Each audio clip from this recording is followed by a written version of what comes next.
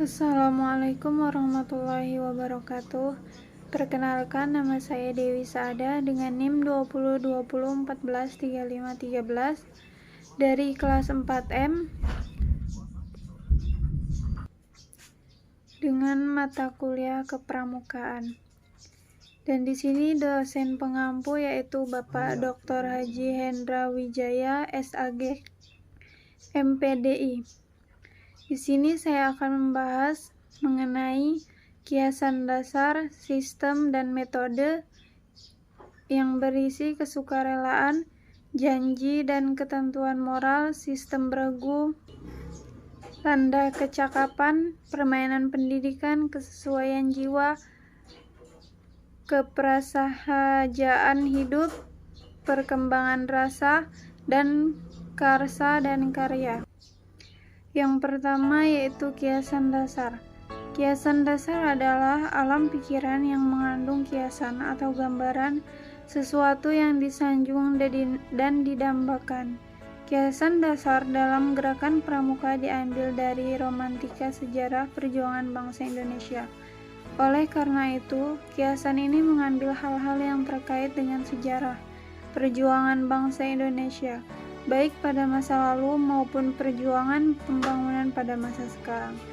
Kiasan dasar digunakan sebagai salah satu unsur terpadu dalam pendidikan kepramukaan. Penggunaannya dimaksudkan untuk mengembangkan imajinasi sesuai dengan usia dan perkembangan peserta didik, sehingga akan mendorong kreativitas dan keikutsertaan peserta didik setiap kegiatan pendidikan kepramukaan.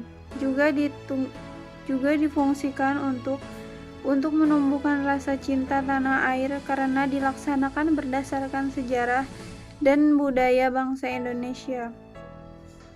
Selanjutnya yaitu sistem dan metode kesukarelaan, janji dan ketentuan moral.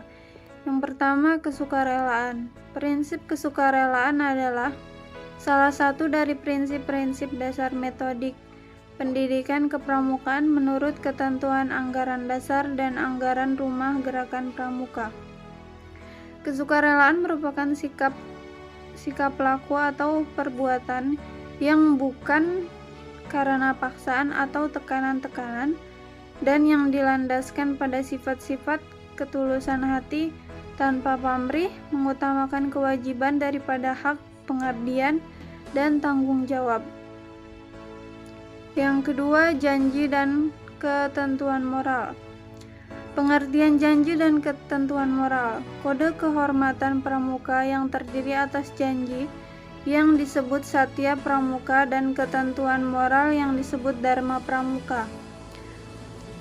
Satya pramuka diucapkan secara sukarela oleh calon anggota atau pengurus gerakan pramuka dikala diperesmian menjadi anggota atau pengurus. Kode kehormatan pramuka diadaptasi dengan golongan usia dan perkembangan rohani serta jasmani anggota gerakan pramuka. Selanjutnya, isi janji dan ketentuan moral. Kode kehormatan bagi pramuka siaga. Kode kehormatan bagi pramuka siaga usia 7-10 tahun terdiri atas janji yang disebut Dwi Satya dan Dwi Dharma.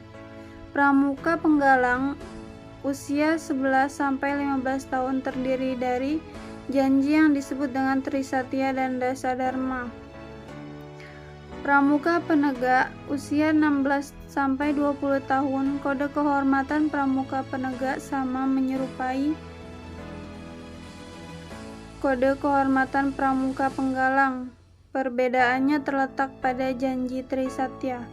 Pramuka Pandega. Kode kehormatan pramuka Pandega usia 21 tahun sampai 25 tahun atau sekolah tingkat tinggi. Kode kehormatan Pandega sama menyerupai instruksi kehormatan pramuka penegak.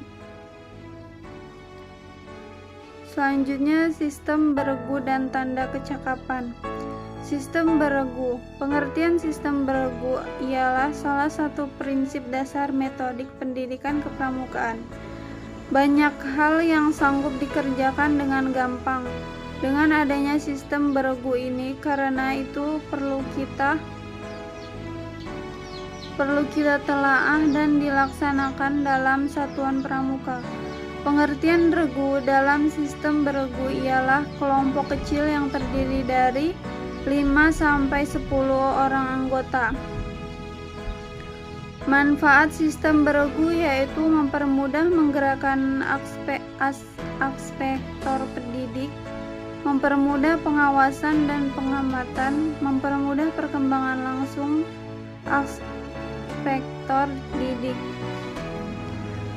Pembentukan regu tetap, misalnya barung siaga, regu penggalang, dan sangga penegak dalam satuan gugus depan.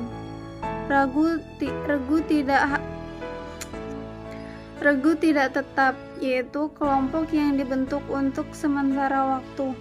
Contohnya permainan untuk melaksanakan kiprah tertentu. Yang kedua, tanda kecakapan umum.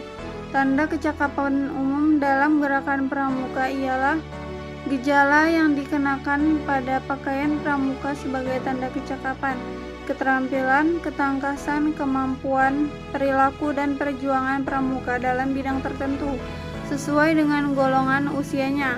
Tanda kecakapan terdiri atas 3 macam, yaitu tanda kecakapan umum, yaitu tanda yang didapatkan pramuka sesudah seseorang pramuka menuntaskan syarat-syarat kecakapan umum atau SKU yang dilantik pada tingkat SKU tertentu. Kedua, tanda kecakapan khusus.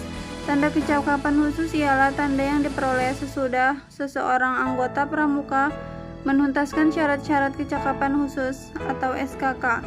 Tanda kecakapan Garuda. Tanda kecakapan Garuda ialah tanda kecakapan tertinggi yang diberikan kepada akseptor didik yang telah memenuhi syarat pramuka Garuda atau SPK.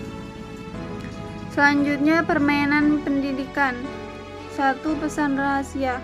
Semua akseptor berbaris dan pembina memberikan pesannya. Setelah pembina selesai memberikan pesannya, kemudian akseptor harus menyebutkan kembali apa yang disampaikan oleh pembina tadi. Pesan yang terkandung di dalamnya bisa nama-nama benda, binatang, atau orang yang lain sebagainya. Yang kedua, isi ruangan. Setiap pramuka diperintahkan masuk ke dalam suatu ruangan secara bergantian dan memberi waktu selama setengah menit atau 30 detik untuk tiap. Kemudian sesudah itu setiap akseptor harus menuliskan sebanyak-banyaknya barang yang dilihat. Permainan ini untuk melatih daya ingat. Yang ketiga, bau atau harum. Pembina bisa menyediakan beberapa macam benda yang mempunyai amis, menyerupai makanan, bumbu, obat-obatan, atau parfum, dan sebagainya. Kemudian anggota pramuka harus mencium amis dari benda tersebut dengan mata tertutup, menyebutkan bendanya, yang terbanyak menyebutkan itulah pemenangnya. Selanjutnya yaitu kesesuaian jiwa. Kegiatan menarik yang mengandung pendidikan dalam kepramukaan dibagi kepada tujuan jasmaniah, yaitu untuk perkembangan tubuh, kesehatan, dan sebagainya, dan tujuan rohaniah untuk perkembangan jiwa, watak, dan kepribadian. Kegiatan menarik yang mengandung pendidikan ini dipilih dan diatur sedemikian rupa sehingga mendorong peserta didik turut aktif mengikuti kegiatan, memecahkan masalah, dan aktif mengembangkan jiwanya. Yang terakhir yaitu keprasahajaan hidup. Keprasahajaan adalah prinsip pendidikan kepramukaan, maka pramuka harus belajar hidup sederhana dan wajar dengan cara pakaian seragam yang sama, susah bersama, senang bersama, atau senasib sepenanggungan, menggunakan apa yang ada dengan wajar, hidup sederhana di alam terbuka, membina kerukunan dan gotong royong, dan latihan hidup sederhana dalam perkemahan. Perkembangan rasa, karsa, dan karya. Rasa bisa disebut sebagai perasaan, Yang kedua, karsa adalah niat atau kemauan, karya adalah perbuatan yang membuahkan hasil. Mungkin hanya itu saja yang bisa saya sampaikan. Saya minta maaf apabila ada kesalahan. Saya akhiri. Wassalamualaikum warahmatullahi wabarakatuh.